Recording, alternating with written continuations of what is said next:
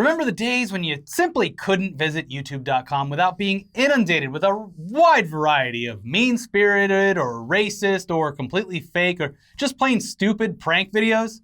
We honestly hope that the reason we're not seeing as many anymore is because people have grown out of that phase for good. But for all we know, there are plenty of terrible things happening over on TikTok instead of YouTube. There are. Oh yeah, cool, let's check. Yep, here's some loser named Josh Popkin spilling an entire bucket of milk and cereal on a subway train filled with what we can only assume are essential workers in the midst of a pandemic. Hilarious. Wow. So yeah, cool. it does seem like there are still plenty of terrible people out there. Great. But when YouTube pranks were in their heyday, there were a few large channels that stood out. And one of those channels was from a total piece of human garbage named Vitaly Zdrovsky, I think. He called himself Vitaly ZDTV.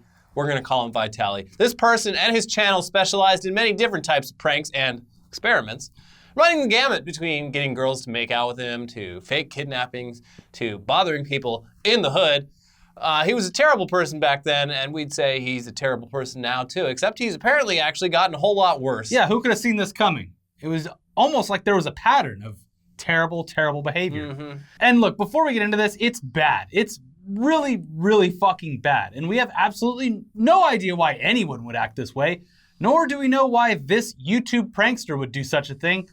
But yeah, I don't even know if we can show the uncensored photos because it's pretty horrific to look at, but here's the story.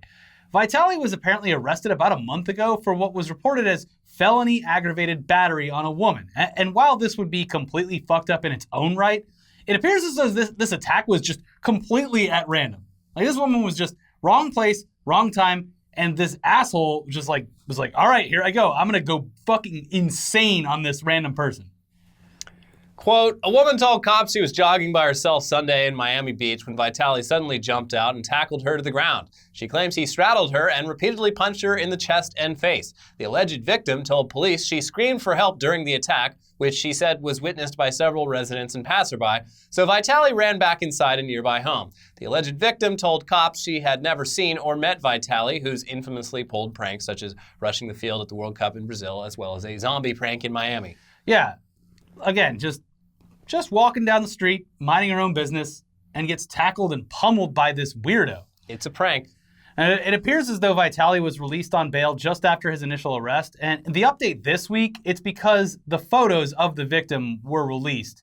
And again, we don't really want to show it here. It's pretty severe.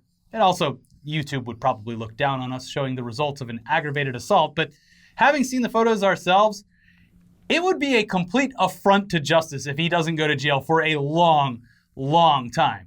In addition to the felony charge, it also appears as though the victim has filed a lawsuit against Vitaly as well, which, seems wholly justifiable. Yeah, I think so. And by the way, this guy is clearly a repeat offender. He's been arrested numerous times.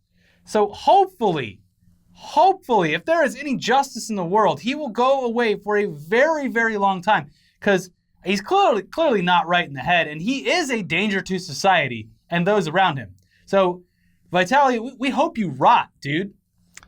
Yeah, agree. Yeah. Anyways, let's get away from all that bullshit with some other recent YouTube news that we weren't immediately aware of, but news that doesn't have anything to do with aggravated assault, thankfully. Yes. Recently, YouTube has continued its long-standing tradition of ruining the platform for no apparent reason by essentially hiding the comments section when videos are streamed from mobile devices.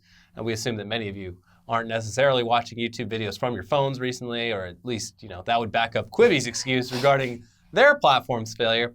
So you might not have noticed that things have they've changed a bit on the mobile YouTube experience, and no one likes it. Nobody likes this at all. When you scroll down now from a video that you're watching, you'll notice that you pretty much go straight into a bunch of very large thumbnails for suggested or recommended videos to watch next, instead of seeing the comments section and, doing what I love to do on many videos, reading along in the comments as the video plays. I don't do this at all, ever. I do. Why? I do go to the comments frequently on videos. Usually I'll watch through it, and then I'll go to the comments and play it and stuff like that. But I like interacting with the comments, at the very least reading them, but I reply to a bunch. If you've commented on our page, you've seen me reply to you. Anyways, typically, for normal people, not Elliot, you'll go down and you'll see the comments I'm the normal person. You'll go see the comments section and I'll have a bunch of various replies that are either funny or mean or just conversation. Personally, I love the comment section regardless of where you watch your videos, because it does, for me at least, and apparently many others, because there's lots of people commenting on lots of videos, it opens up things to a fun discussion that you can check in on based on the topic of the video. Fun discussion. Also, on our videos, lots of people gassing us up with nice comments, which is always great. Yeah. But this new mobile update, you could easily just scroll right past the comment section without even knowing it, because it's a little sliver in between the video and then those big thumbnailed recommendations about what to watch next. Yeah, it's like one single comment. Yeah. It's like, would you like to see more? Yeah. And it doesn't even say like click to more. It's like a little button that indicates that would be the case.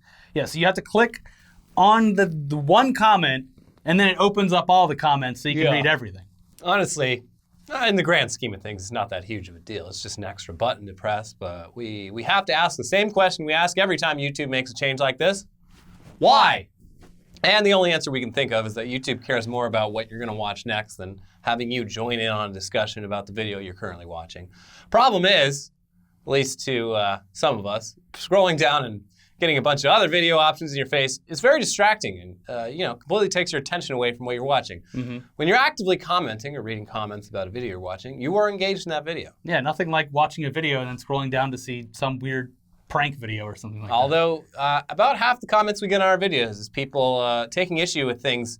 They're like, hey, you forgot to say this, when they're clearly commenting like 10 seconds before we say the thing they're mad about us not saying. Yeah. So I wouldn't say they're always engaged. I mean, we've pitched the idea for a long time now that you should have a timestamp of how much of the video they watched before making the comment. Yeah. Because we had some Elon fanboys in the comments this week that I'm just absolutely sure only saw the title of the video and immediately were like, well, here we go. Mm-hmm. Trump's got his keyboard warriors. On guard for Elon Musk. Yeah. Mm-hmm. Thank you, keyboard warriors. Yes. It seems pretty simple to us that this change is unwelcome, but I don't know, who the fuck are we? I guess YouTube knows exactly what they're doing despite frustrating their community with every single stupid change. I mean, we just recently got comfortable using their terrible new YouTube Studio video uploader, which we still think sucks. Takes like 10 minutes to fucking upload the fucking video that's already on there. There's multiple things wrong with it. It breaks all the time, too. Yeah. But at least that was on the back end. It didn't really affect anyone's viewing or interaction experience. This is just stupid. The only good that comes with these watch page redesigns is that now we can sort comments to highlight ones that are made by YouTube members, which is nice, but that's mostly for us. Everything else still sucks for everyone else. So yeah, I'm not too happy with it. But whatever, let's move on from us being angry at YouTube and YouTubers and just bring you up to speed on some of the bigger news stories from the rest of the entertainment world this week. Remember 1,000 months back in February of this year when it was announced that Disney had paid $75 million for the rights to an already produced movie version of Hamilton? It was filmed on Broadway with the original cast over the course of a few nights. It would finally allow people who couldn't afford $500 tickets, at minimum. Yeah, that's the bare minimum. Yeah, to be able to see the most popular musical of an entire generation. Well, the original plan was for Disney to release Hamilton in theaters sometime in fall of 2020, about a year and a half after they'd purchased the distribution rights. But, the pandemic, it changed all that, and instead of drawing out the marketing and hype for a theatrical release of Hamilton, Disney is speeding things way up, going straight to VOD through its Disney Plus streaming service to release Hamilton this year just in time for Independence Day 2020. July 3rd, to be exact. Yes. God bless America.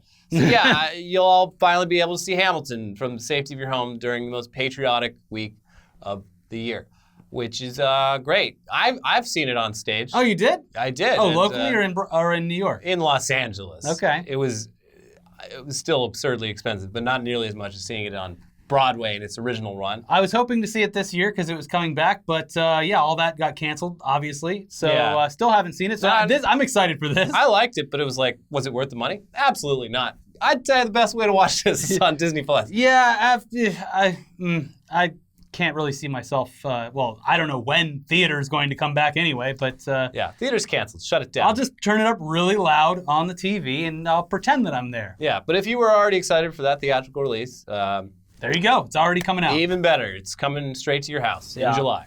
In other movie shuffling news, a very stupid, very hilarious mistake has been made once again for a movie that has been cursed or doomed since its inception. New Mutants, back on the menu, boys. And surely this time will 100%, absolutely, it will finally 100% be released in theaters with no other schedule changes. Do you believe? I don't. This is it, everyone. New Mutants is finally going to be screened in theaters. Now, obviously, we would assume that because nothing could further change this release date, the studio must have set a release date far off into the future, potentially during a time where the pandemic is behind us and vaccines have been released and we're all back to normal, right? Nope, fuck you. The New Mutants is dropping this August, apparently. Good luck. What the fuck are they thinking?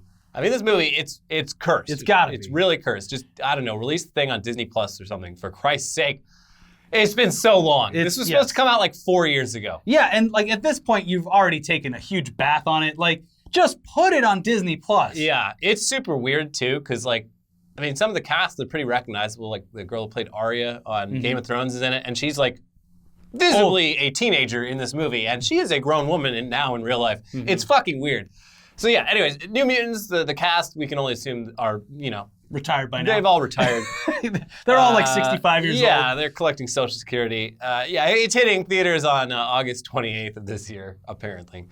A bold strategy for movies whose entire marketing so far has been, what the hell is wrong with this movie and why does it keep getting jerked around so much? It must be terrible. Yeah.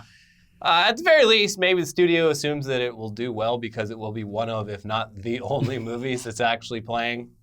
I would assume that they're probably going to put it on Disney Plus like 2 weeks after this date, just as a way to be like, listen, we did put it in theaters, and maybe some people will go see it there, just for the nostalgic experience of being in a movie theater with other people. But can't wait for all the first movies coming out. Like you're I can't believe Tenet hasn't been moved. You're going to get swag, like they're going to hand out branded masks to everyone in the theater. That's going to be cool. I still cannot believe that Tenet has not been moved. Warner Brothers is on suicide watch. Yeah, that's like not far away. July 17th or something like that. Boy. And that's a movie you have to see in theaters. New Mutants, easily watch it from home. But anyways, I guess we'll just have to wait and see. But we assume there will be further updates regarding this release and possibly further release dates. Yeah. Because that's the pattern so far. Like I said, my prediction is that they're doing this just because they can, and then they'll probably put it on Disney Plus like 2 weeks later. It'll be a very short time. Can't really call it New Mutants anymore. It's just Old Mutants. Yeah. In other release news, wait, hold on. It's like already halfway through May. Is HBO Max out yet? No, it's not. And in fact, this month is so long that it's still about 2 weeks away. It's coming out May 27th. But they're handing out more information about their exclusive offerings in the lead up to their app's release. And one of the things that we're most interested in from this week's news is Seth Rogen's film, An American Pickle, where he plays the role of a mad scientist who turns himself into a pickle. Funniest shit I've ever seen. Give me that Szechuan sauce. It's being released on HBO Max. But no, it's not actually about the funniest shit we've ever seen, although it could be. He doesn't turn himself into a pickle. He pickles himself. He pickles himself. It's about a factory worker who's played by Rogen in 1920 who falls into a vat of pickles where he is brined for 100 years. Delicious. Here's the description. The brine preserves him perfectly, and when he emerges in present-day Brooklyn, he finds that he hasn't aged a day. But when he seeks out his family, he's troubled to learn that his only surviving relative is his great-grandson, Ben Greenbaum, also played by Rogen, a mild-mannered computer coder whom Herschel can't even begin to understand. This sounds like a romp. Yeah. An American Pickle was, of course, supposed to have a theatrical release, but it'll instead find its home as an HBO Max exclusive. The film will become available on their platform on August 6th, and we're certainly curious. But yeah, we both already have HBO, so the transition, both physically and monetarily, should be unnoticeable. If they do everything right. Yeah. I mean, I'm pretty curious about the future of that app. Yeah. Much more so than Quibi, which is still doomed. Yeah, there's a lot of backpedaling about the interviews that happened this week. Like, I'm sure if you're an employee at Quibi, you're probably like, yikes. Okay. Yeah. Anyway, speaking of doomed platforms, remember MoviePass? Okay, there's really no worthwhile news about MoviePass right now, aside from stating that if this service hadn't face-planted as early as it did, the pandemic would have made very quick work of it. It's lucky it died when it did. Yeah. But worthwhile news be damned, there is still some news about one of our favorite punching bags from over the years. Yes, you can pick the bones off of MoviePass's rotting corpse, but only if you have a bunch of money to waste.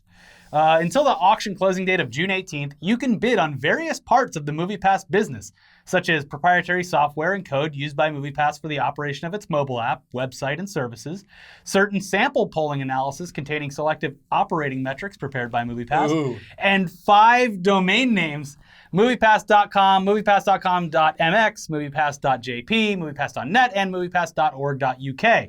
That's the interesting one. Yeah. Now, sadly, the bidding apparently starts, which this has to be a typo. The bidding on all of this apparently starts at $250,000, which is fucking absurd. Any bidders? Nobody? So Going once? We're just going to throw it in the fire if no one buys it. Anyone? We're not very confident that any of this will sell at all, but whenever they bring the price down, we would be very happy to go ahead and purchase MoviePass.com for a couple $100 just to have it redirect to our YouTube page. It'd be glorious. I mean, yeah. In other news that I don't really understand it, I read 3 articles about it and I still don't understand how they're doing it or what the exact collaboration is. I know what OnlyFans is. I don't know what Demon Time is, but apparently they're collaborating to create a virtual strip club experience. So OnlyFans will be now be doing live streamed events in virtual strip clubs for members of OnlyFans to dance and perform. Isn't that what live cam shit has been for many years? So that's where it's different, is I don't know what this Demon Time thing is. It seems like it's just a thing that's been going on in Instagram where people do nightclub experiences. What? I didn't gather too much from reading it, but apparently it's happening like right now for the first time, so I'll know a lot more when people report on exactly how it went over. But It seems like a what are the campsites called? Like a chatterbait. Yeah.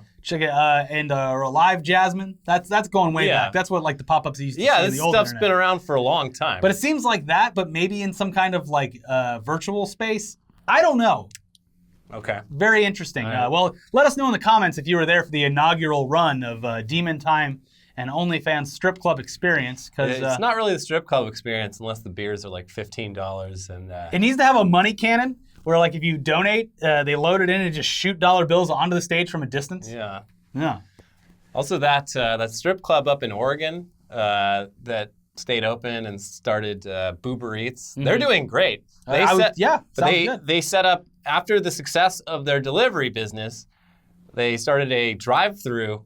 So they turned their parking lot into a drive-through with a giant tent. So you drive into the tent? You drive through it, and there's stages on both sides of the cars. That's amazing. So you get like a 10-minute strip show, and when they give you your food. I think it's great. It's fucking, like, the pictures of it are They need to turn it into like a liquor store too. Yeah, it's brilliant. The people running this business. Everyone there they've kept their jobs. They've worked around the rules to make everything right, and they've given a lot of people boners. Good for them. Yeah. And when you leave, you just go park in a secluded place with no cops around and just crank one out. Yeah. Yeah.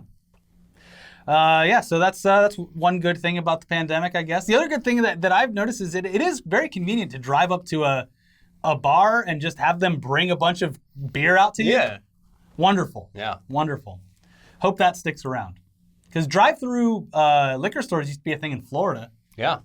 But they just hand you, like, my dad told me. A piece of tape on top of it. All right, don't drink that in the car. Don't go drinking that now. Yeah. Anyways, that's it for this week's episode of News Dump. Stay tuned for a brand new episode of Weekly Weird News coming soon. In the meantime, if you are a YouTube member or a Patreon subscriber, head over there to either of those locations. We just did a part 1 of what looks like it's going to be a pretty long Q&A because there's a lot of questions. So we answered your questions and posted that up on Patreon and on the YouTube member page. So check that out. And in the meantime, check out a new episode of Tech News Day and an episode from earlier in the week. And we will see you very soon. Bye. Bye.